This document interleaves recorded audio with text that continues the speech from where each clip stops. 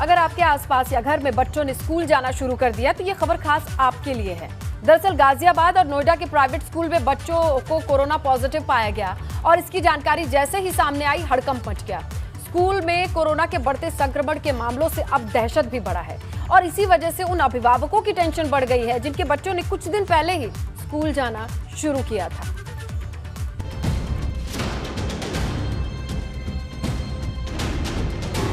दिल्ली से सटे नोएडा और गाजियाबाद में एक बार फिर से कोरोना की आहट से हड़कंप मच गया है, जहां पर प्राइवेट स्कूल से सामने आए कोरोना के मामले बच्चों के माता पिता की टेंशन में इजाफा कर रहे हैं।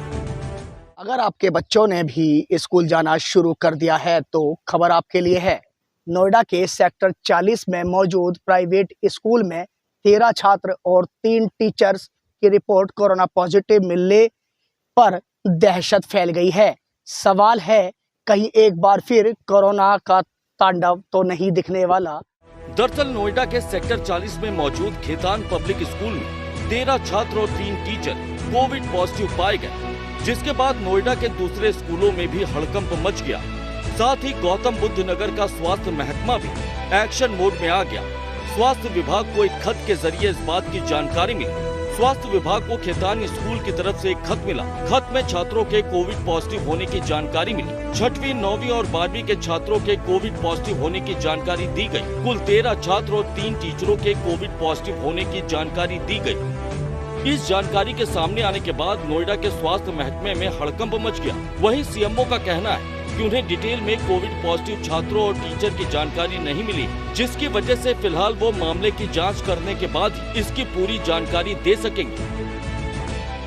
जी, हमें जो है खेतान पब्लिक स्कूल जो सेक्टर 40 में है उसका एक पत्र प्राप्त हुआ है, जिसके अंदर हमें जो है 13 बच्चे और 3 टीचर्स की सूचना प्राप्त हुई है कि कोविड पॉजिटिव है। लेकिन इसमें ये डिटेल पूरी नहीं है, ना इनका फ़ोन नंबर दिया हुआ है, ना कोई इनका एड्रेस दिया हुआ है, ना ये पता चला है कि ये कहाँ पे टेस्ट हुए हैं।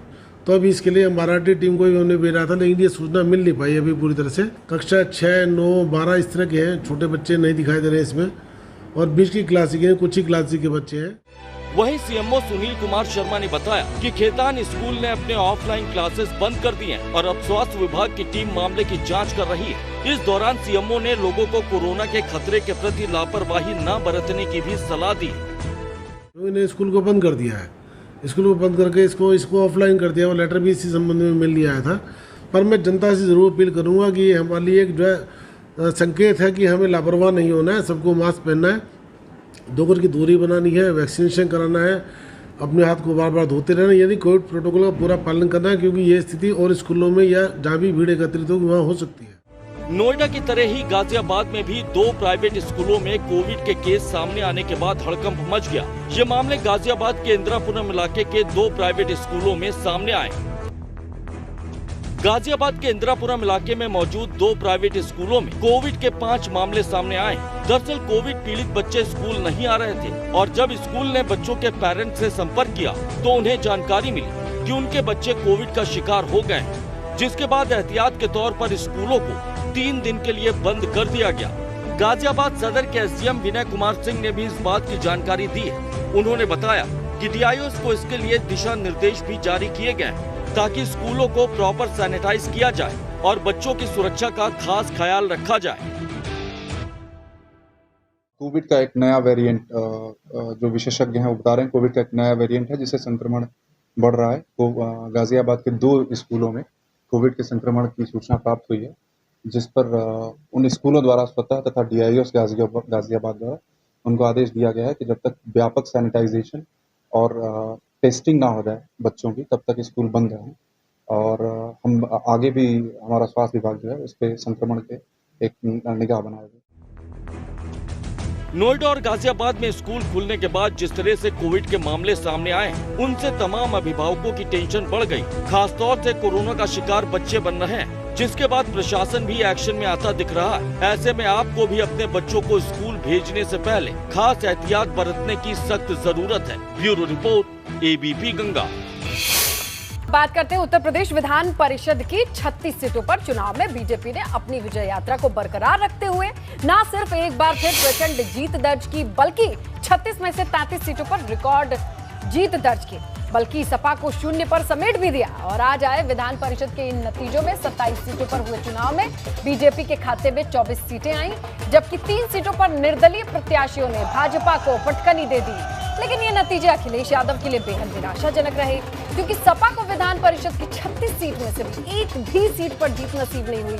ऐसे में इस विधानसभा चुनाव के बाद देखा जा रहा है कि समाजवादी पार्टी और अखिलेश यादव के लिए ये किसी बड़े झटके से कम नहीं है।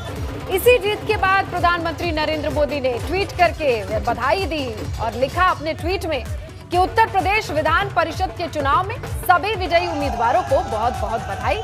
ये जीत एक बार फिर भाजपा के विकास मॉडल पर जनता जनार्दन के विश्वास की अभिव्यक्ति है।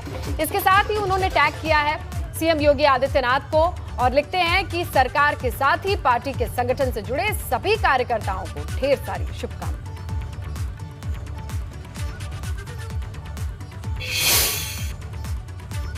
अब आपको भाजपा कार्यकर्ताओं के जश्न की 5 तस्वीरें दिखाते हैं। लखनऊ उन्नाव सीट पर भाजपा के रामचंद्र प्रधान की जीत के बाद कैसे जश्न मनाया गया, देखिए आप तस्वीरों में। दूसरी तस्वीर फतेहपुर की है। यहां भी फतेह करने के बाद भाजपा कार्यकर्ता कलेक्ट्रेट में जमकर झूमते दिखे। तीसरी तस्वीर रायबरेली की है। भाजपा प्रत्याशी दिनेश प्रताप सिंह की जीत की खुशी है और कार्यकर्ताओं ने कैसे ये खुशी मनाई आपके सामने। चौथी तस्वीर गोरखपुर की। यहाँ भी कार्यकर्ताओं ने ढोल नगाड़े के साथ जश्न मनाया। आगरा की बात कीजिए, 5वीं तस्वीर है ये। आगरा फिरोजाबाद सीट से भाजपा प्रत्याशी विजय शिवहरे की जीत के बाद कार्यकर्ताओं ने जमकर जश्न मनाया।